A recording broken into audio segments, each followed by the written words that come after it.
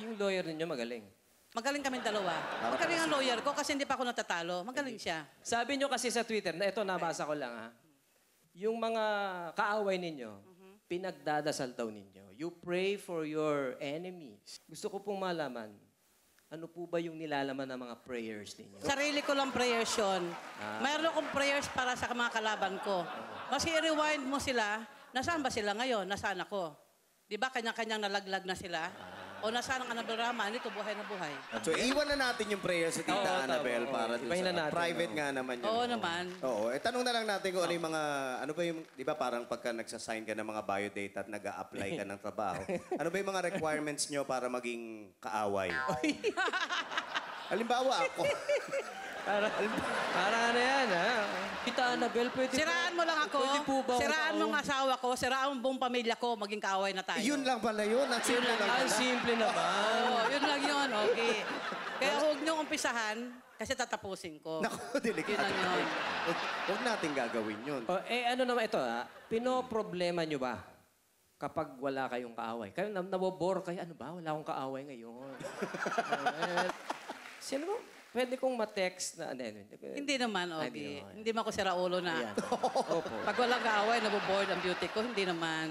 Ito. Ano kailangan para makipagbati naman sa inyo? Ano yung para medyo lumambot naman ang puso ng isang Annabel Rama? Alam mo, Ogie, minsan nakalimutan ko, kaaway ka palang haharap ko eh. Binabati ako, sabi ko, hi. Mamaya kaunti. Teka, magkaaway pala tayo, nakalimutan ko. Di ba sa kasal mo? Oo nga. Di ba? Ano. Nakalimutan Bakit ko. ba laging kasali ako pag kaaway? Ay, kasi nagkataong kasal mo yon. Yun nga. Sinalubong ako, hi. Ako naman, hi. May kaunti. Di ba magkaaway tayo dahil?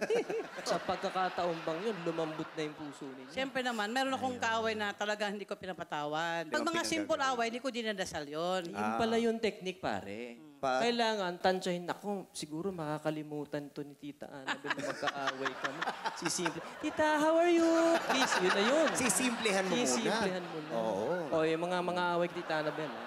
Oo. Tandaan nyo yung... Basta ako, tip Ogie, na- sasabihin ko lang sa lahat na nanood sa akin ngayon, ako, never ako nagpisa ng away. Kaya ako naging sumikat na palaban kasi talagang palaban ako. Pag inumpisahan mo ko dong, hindi talaga ako atras. Talagang kawawa ka talaga sa akin. Hindi kayo papayag na awayin lang. Hindi. Okay. Hindi Ayun. nakakatakot si Tita Ay, lagi ko Annabel. naman hinahamon ng suntukan eh. Hindi mo naman lumaban eh. Oo nga.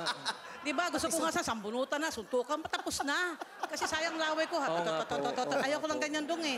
Sisikalan na kagad. Alam mo ako, Ogie, malit pa ako. Hindi ako umakyat sa sa mga kita punong mo. kahoy.